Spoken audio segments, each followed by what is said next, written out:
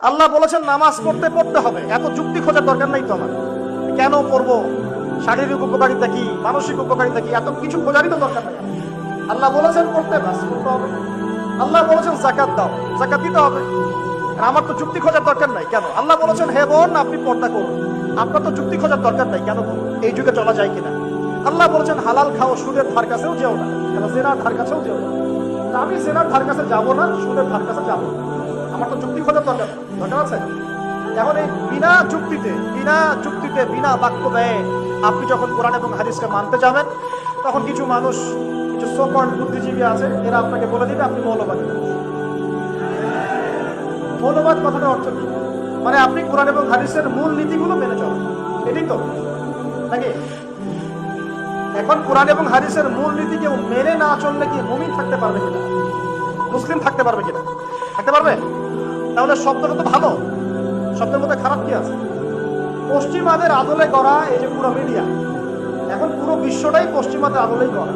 বিশ্বের প্রতিটা department, media বলেন, সংস্কৃতি বলেন, অর্থনীতি বলেন, রাজনীতি বলেন, সবগুলো ডিপার্টমেন্ট পশ্চিমাদের আদলে গড়া হয়েছে।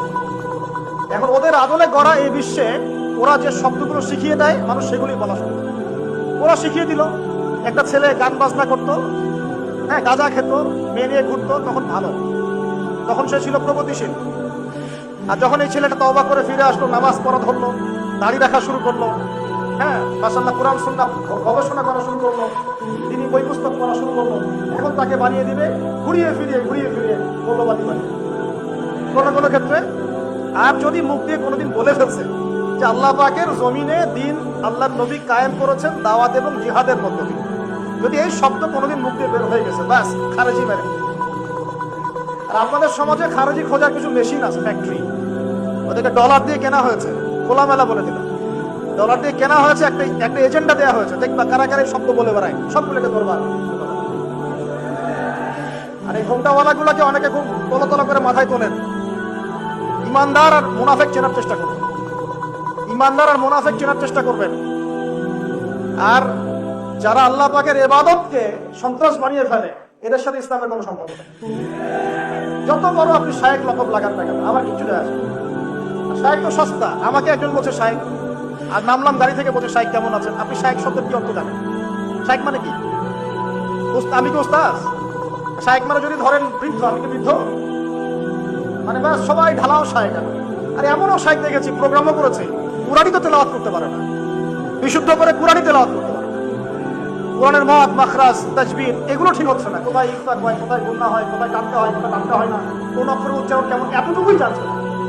আপনি তো মাথায় ফেলে বসে রাখছেন, ডেকে নিয়ে আসছেন। বাংলাদেশে তো আকাল পড়ে গেল, দেশের বাইরে থেকে নিয়ে আসতে হবে। এখন বাংলাদেশে তো আকাল পড়ে গেছে আলেম ওলামা, সুবহানাল্লাহ। দায়ী হওয়া ভালো জিনিস, কিন্তু দায়ীদের উচিত না আলেমদের মতো জায়গায় নিজেকে জাহির করা। দায়ী আর আলেম এক জিনিস নয়। দায়ী হওয়া ঠিক আছে, আপনি দাওয়াতি কাজ করেন না, সমস্যা কোথায়? নিজেকে আলেম পরিচয় দিচ্ছেন কেন? এত বড় আলেম আমি, বাহাসে আসো আমার সাথে বসো। বাহাসের কি বোঝেন আপনি?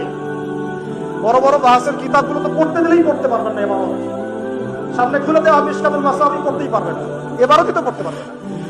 সামনে খুলে দেখ সহিহ বুখারী রিডিং পড়তে পারো, রিডিং চ্যালেঞ্জ করতে, রিডিং পড়তে পারো। এত সহজ মনে করেছেন নাকি? এবারও পড়া শিখতে 10 বছর লাগে, 8 বছর লাগে। আমি এখনো শিখছি। যত শিখছি আমি একটা জিনিসই ফিল করছি যে ইসলামের জ্ঞানের মনে হয় 10% আমি এখন অর্জন করছি। আর আপনারা আমাকে নিয়ে এত মাতামাতি করেন কেন? বড় বড় ওলামায়ে কেরামদেরকে নিয়ে এসে ওয়াজ শুনবেন, খোলামেলা বলছি, বড় বড় ওলামায়ে কেরামদেরকে নিয়ে ওয়াজ শুনবেন। আল্লামা তাকি উসমানীর নাম শুনেছেন? মানুষ নামই শোনে না। জগৎ বিখ্যাত একজন নাম শুনেছেন? শুনেন নাই? বড় বড় ওলামায়ে কেরাম, মানে যাদের কাছে কোরআন হাদিস উসুল ফিকহ আকীদার গভীর জ্ঞান আছে, এই ওলামায়ে কেরাম এবং তাদের ছাত্রদেরকে নিয়ে এসে ওয়াজ শুনবেন। আমাদের কাছ থেকে কি পাবেন? দাওয়াত। ওই যে বললাম দাওয়াত, ভাই নামাজ পড়েন, যাকাত দেন, সুদের কাছেও যায় না, জেনার কাছেও যায় না। এখন ইকামত কে করবে? প্রতিষ্ঠা আপনাকে করতে হবে। আপনার দায়িত্ব আছে কি নাই? দায়িত্ব নাই?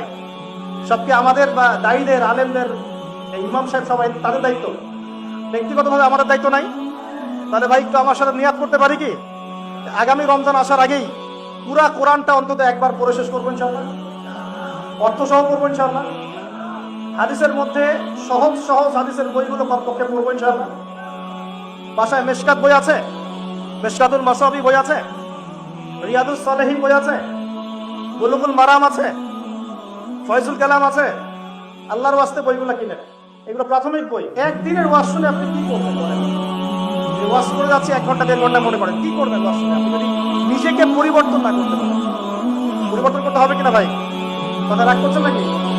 একটু রাগ করলেন, সমস্যা নেই, কারণ ইনশাআল্লাহ এখন থেকে সব খোলামেলা কথা হবে, আরো ভালো লাগুক আর না লাগে। আর একবার যেখানে যাবো, পরের বার সেখানে যাওয়ার আশা পোষণ করছি না। যা বলার একবারই বলে আসতো। প্রথম কথা হচ্ছে এই যে আমাদের মধ্যে এখন পরিপূর্ণ দিন প্রতিষ্ঠা হয় নাই। দিন প্রতিষ্ঠা কখন হবে? যখন আমাদের প্রত্যেকের দেহের উপর আগে দিতে নাই। আমরা সবাই আগে কোরআন তেলাওয়াত করা শিখবো, নামাজি হবো, পরিবারকে পর্দায় রাখবো, যে পরিবারের দিন প্রতিষ্ঠা করবো, হালাল খাবো, আমরা মানুষের ক্ষতি করবো না, ইসলামের দাওয়াতে কাজ করে ইসলামকে এগিয়ে নিব। আস্তে আস্তে পরিবার থেকে পরিবার, সমাজ থেকে সমাজ, এটা ছড়াতে ছড়াতে পুরো বিশ্বে ছড়াবে।